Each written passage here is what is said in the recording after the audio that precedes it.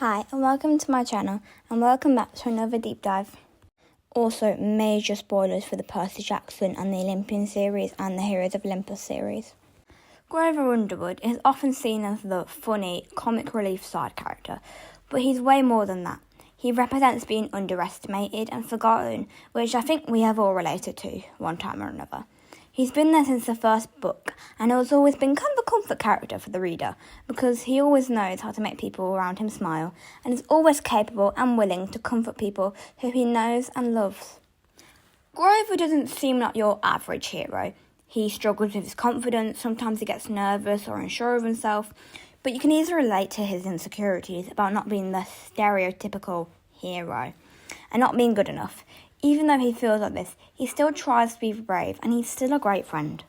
We see Grover in the first book when he is assigned to protect Percy Jackson. He stays by Percy's side, trying his best to protect him and help him on his quest. He is always willing to risk his life for his family, and this really highlights his loyalty. Grover gets scared sometimes, well, maybe a lot, but that doesn't stop him from acting, from protecting people, from being himself. He teaches us that being brave and courageous doesn't mean that you're not scared or nervous. It's kind of the opposite. This is what makes him the perfect character to read and relate to. But Grover isn't like most sidekicks. He has his own goals, dreams and plans. He represents hope and a purpose and having your own goals outside of your relationships and friends. He has his own story and his own life outside of protecting Percy, and he never gives up.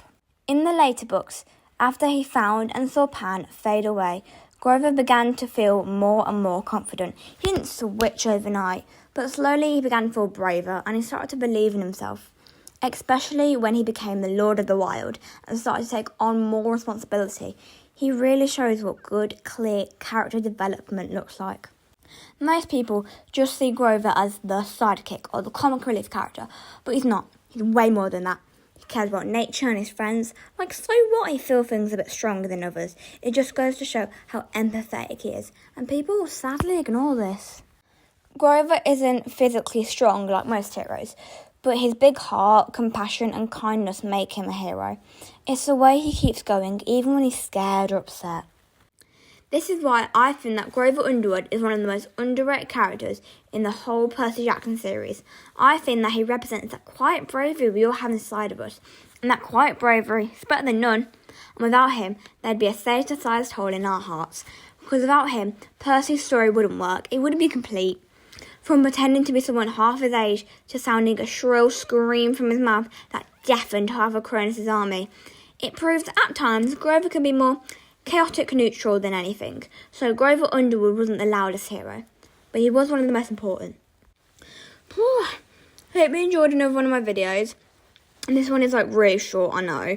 But I was thinking of doing Sally Jackson next. I know it's a bit weird, but like, tell me if you want that in the comments. Tell me, was Grover underrated or is it just a side character? Have a great day. See you later, chat boxers.